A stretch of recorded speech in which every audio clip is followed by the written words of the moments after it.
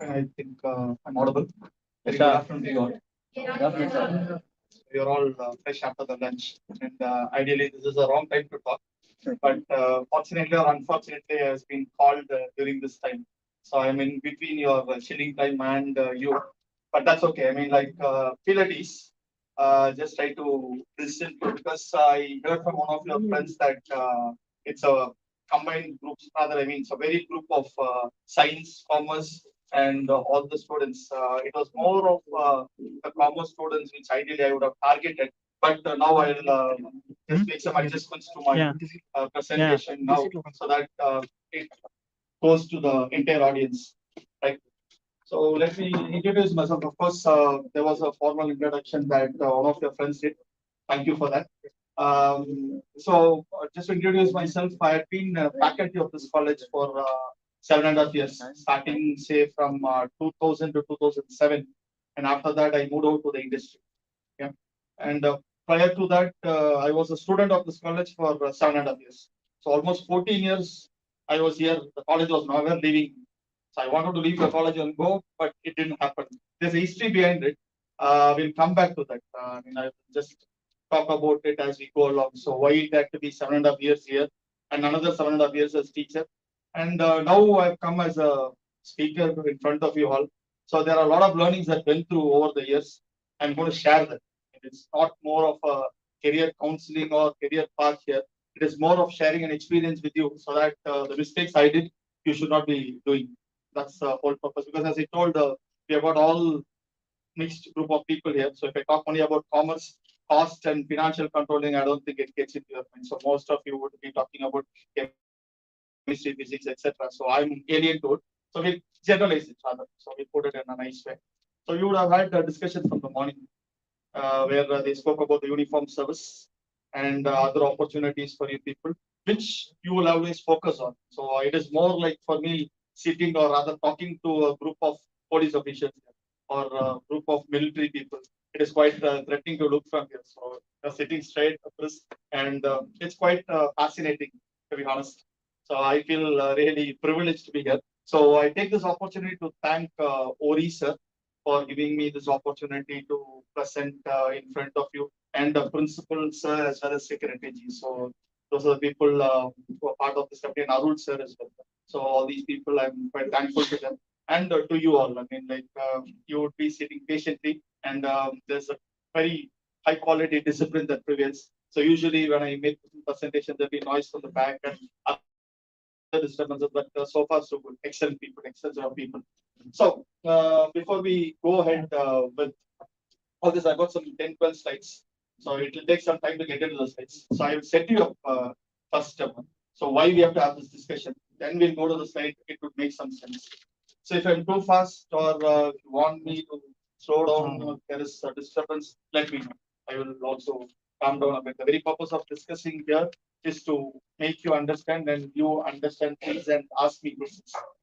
Before we get into this, I had requested a mic to be with a set of people. Hand it over to someone you want. There's a question for you before I start. So you should be awake. That's a check for you. And so he's handed over to you. So I've got a question. So what is the objective of NCC? I think you have to press the button. You can talk. சொல்டா. You can sit and talk. என்ன There's no சொல்டா condition டக்குன்னு that you understand. Please. I told you, be at ease. It is the respect which I give to you, so I think. Great. I mean, that's what NCC is all about. So, what is the objective? Good afternoon, sir. May I introduce myself? Sure. Okay, so I'm Cadet Lakshmi Gayatri from WCC HCC Code. So the main objective of NCC is to like build, organize, and develop develop the youth of the nation to make sure that they develop the country in return when they grow up. So this is like what do I say? Like making the human resource to be more organized and more useful for the nation. And mainly they will help in building unity and discipline of the youth of the nation. So, the objective of NCC, so is that clear? I mean, you would already know when they put you into this cadet force. So they would have definitely explained the purpose of you wearing this uniform and the purpose of you sweating out every day. So when I was a student of this college, I ran away from NCC, to be very honest. The way the guys were running, practicing, and carrying the gun and running around the ground, I was never to it. So I was literally running away from people. And the NSS, I tried, but again, I had to control traffic in one of the signals where I thought that cannot be a cup of tea for me, my cup of tea rather. So then I didn't do any of this service for sure. So as she mentioned, the very purpose of forming NCC, if I look back at the website or the reference to which she made, it is very clear that it is for the national building. So the youth are being transformed into disciplined individuals where they produce a quality nation in the future.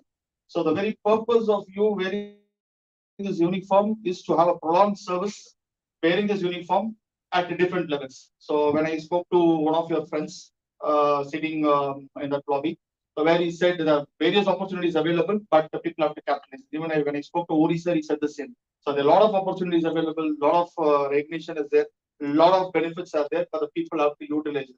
So assuming, so you are reaching the highest level, it is always great. I mean, what is the highest level that you can reach? I don't have an idea, to be very honest. Still, I'm learning. So I went through the web. I understood many areas where you can get into and do a service. So you can reach the highest level. So, for example, an administrative service or a police service or military level. So whatever it is. So you will be flying high to wear a uniformed service, right? So when you aspire to become NCC, from there, when you want to become big, it's a uniform service that you focus on. So the purpose of this discussion is you achieve that, we are very happy. So I will be extremely happy. Hori sir will be happy. The entire college, your parents, everybody will be happy. What if you don't get there? What is the fallback? So you wear a uniform, you represent your country, or rather you service your country, you build a great nation. All that is the expectation. So that's objective. What if you don't reach that, the aspirations doesn't come to, and you have to settle down for less? So what are the opportunities available? So that also I had a discussion, quick discussion with one of your friends. I'm not able to spot him. I don't want to name him either. So where he said most of the people don't get it and they get into a corporate. I don't want to ask you a question, how many of you want to get into a corporate, which is not fair to the situation we are in. But, and he said, most of you guys get into a corporate. So if you fall back after finishing your degree, what is that you expect? Or what is that you settle for? What will happen exactly? So aspirations were high. So you want to settle here, but you're not able to settle there and you came down here.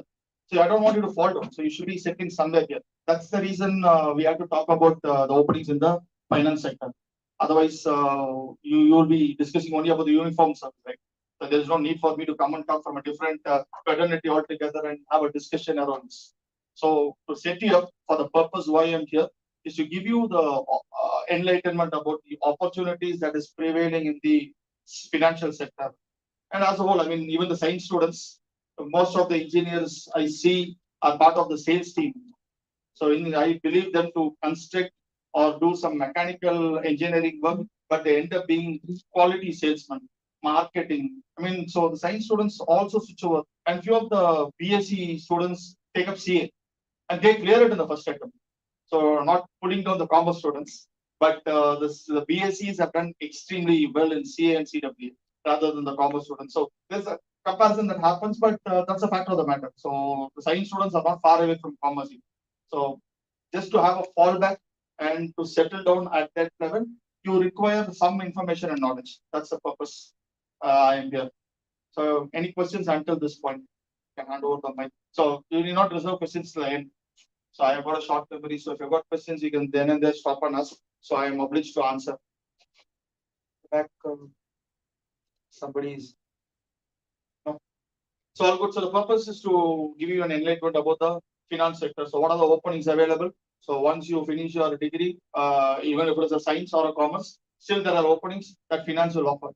So commerce students cannot get into science streams, but science related jobs. But the commerce group is always open for anyone who comes in for work. So those are the avenues we will see. But before that, just a short recap about myself. So I said I was here for 15 years almost. So almost 7.5 years as a student. So when I completed my 12th, it is way back. So I'm close to 50 years now. So I'm 47 by age, if you want to know the number.